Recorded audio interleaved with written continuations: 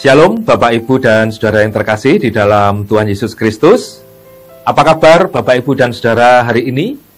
Kiranya Bapak, Ibu dan Saudara semuanya dalam keadaan baik, sehat dan penuh sukacita yang dari Tuhan. Mari kita juga bersyukur pada Tuhan yang telah menyertai kehidupan kita sehingga kita dapat berjumpa kembali dalam program Sapaan Harian GKJ Manahan.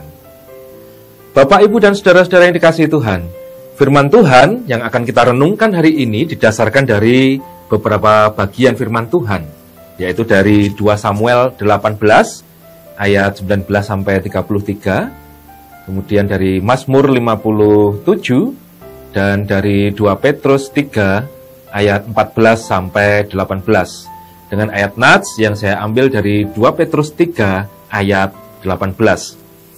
Saya bacakan ayat Nats-nya dari 2 Petrus 3 ayat 18. Tetapi bertumbuhlah dalam kasih karunia dan dalam pengenalan akan Tuhan Juru Selamat kita, Yesus Kristus.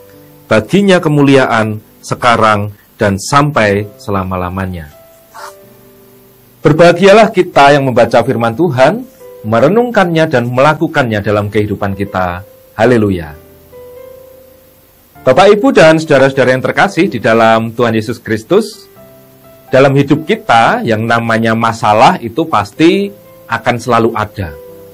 Permasalahan-permasalahan, baik masalah besar maupun masalah kecil, akan terus ada silih berganti muncul dalam keseharian kita.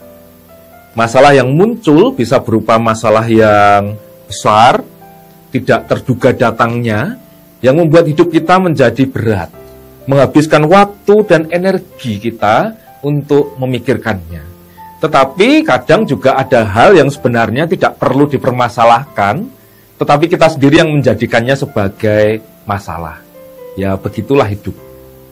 Bapak, Ibu, dan Saudara, jika kita membaca dari daftar bacaan kita hari ini, salah satunya dari 2 Samuel pasal 18 ayat 19 sampai 33 mengenai Daud yang harap-harap cemas akan keselamatan anaknya. Situasi yang dialami sebenarnya adalah situasi yang sangat berat bagi Daud, di mana kedudukannya sebagai raja terancam melalui pemberontakan anaknya Absalom. Peperangan yang membawa dilema. Bagaimana Daud harus bersikap?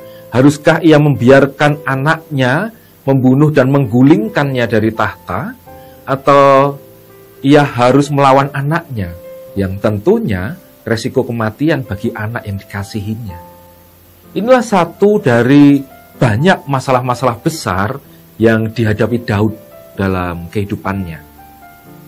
Daud yang sering mengalami persoalan kehidupan dan mendapatkan pertolongan Tuhan tentu tahu dan terbiasa untuk berseru kepada Tuhan, yang mana seruannya itu bisa kita lihat dari Mazmur 57, yang mengingatkan akan kesukaran-kesukarannya pada masa pemerintahan Saul sebagai Raja Israel. Bagaimana dalam setiap kesukaran yang dihadapinya, hanya kepada Tuhan ia berseru, hanya kepada Tuhan ia mengadu, dan hanya kepada Tuhan ia pun bersyukur. Dan nyatalah Tuhan terus menolong dan menyertai Daud. Bapak, Ibu, dan Saudara yang terkasih, apa yang bisa kita pelajari dari peristiwa kehidupan Daud kali ini? Yang pertama, kita melihat dari nasihat Rasul Petrus dalam 2 Petrus 3 ayat 18 yang menjadi ayat nats kita hari ini, yaitu kita harus bertumbuh akan pengenalan akan Kristus dengan kita membangun hubungan yang erat dengan Tuhan. Maka kita akan tahu apa yang menjadi kehendak Tuhan. Tuhan, Sang Pencipta kehidupan, juga adalah Tuhan, Sang Perancang kehidupan. Dialah Tuhan yang telah merencanakan, menetapkan segala sesuatu yang baik bagi kita. Sekalipun jalan hidup yang kita lalui tampaknya sukar dan berat. Dengan bertumbuh dalam kasih karunia dan pengenalan akan Kristus, kita akan melihat hidup bukan lagi dengan cara pandang atau sudut pandang kita, tetapi dari cara pandang atau dari sudut pandang Tuhan. Yang kedua yang bisa kita pelajari dari peristiwa hidup Daud kali ini adalah kerelaan untuk hidup tetap dalam rencana Tuhan. Jika Tuhan telah menetapkan jalan hidup kita, memberikan petunjuk jalan hidup kita, tentu Ia telah memiliki rencana yang baik untuk kita. Dan dengan penuh kerelaan, hendaknya kita mau tunduk pada rencana Tuhan itu. Sebagai manusia, tentunya kita memiliki banyak rencana, banyak angan-angan untuk diwujudkan, dan terus berjuang mewujudkannya. Kadang kita merasa tidak rela jika mengalami kegagalan, atau tidak mau, atau merasa berat hati jika harus mengubah rencana. Apalagi rencana itu tidak menyenangkan kita. Mari kita melihat Absalom, anak Daud, yang tidak rela menunggu. Dia khawatir jika kedudukan raja tidak diwariskan kepadanya, mengingat dia masih punya beberapa saudara. Maka ia bertindak sendiri, membangun persekongkolan melawan Daud, raja yang sah pilihan Tuhan. Maka itu berarti bahwa Absalom telah melawan kehendak Tuhan. Dengan demikian kita tahu, Absalom tidak mengerti kehendak Tuhan, ia tidak mengenal Tuhan.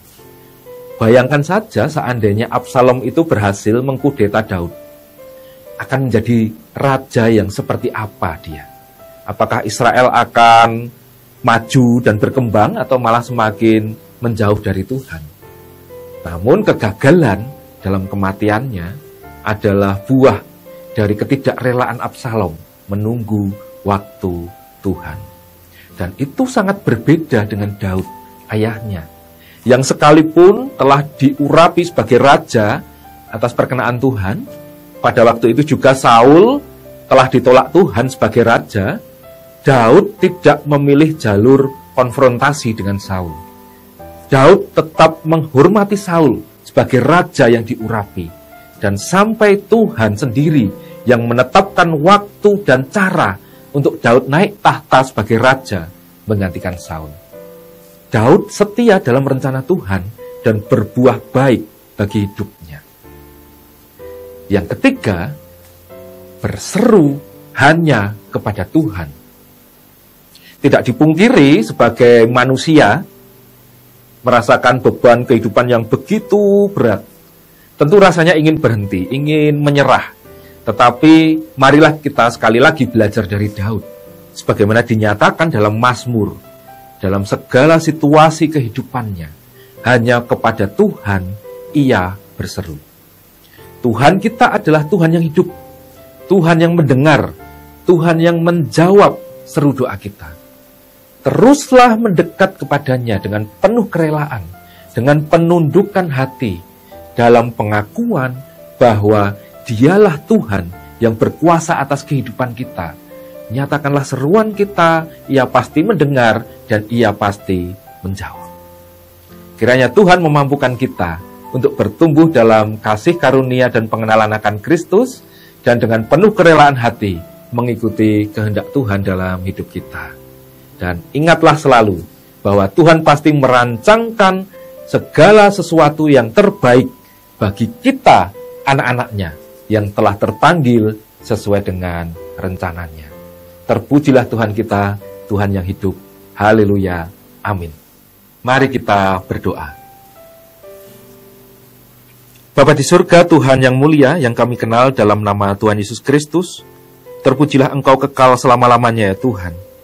Bapa, kami mengucap syukur oleh karena kami beroleh kesempatan belajar firman Tuhan saat ini. Kiranya melalui firman Tuhan yang kami pelajari hari ini, Tuhan menolong kami untuk terus mendekat, mengenal Engkau, Sang Kristus, Sang Pemilik kehidupan. Sehingga kami hidup dalam perkenan-Mu, dalam rencana dan dalam penyertaan-Mu, demi kemuliaan nama-Mu. Dan kiranya Engkau terus berkarya dalam kehidupan kami ya Tuhan. Dalam setiap hal kehidupan kami, kiranya Engkau terus sertai. Terima kasih Tuhan. Dalam nama Tuhan Yesus Kristus, Juru Selamat kami yang hidup, kami berdoa dan bersyukur. Amin.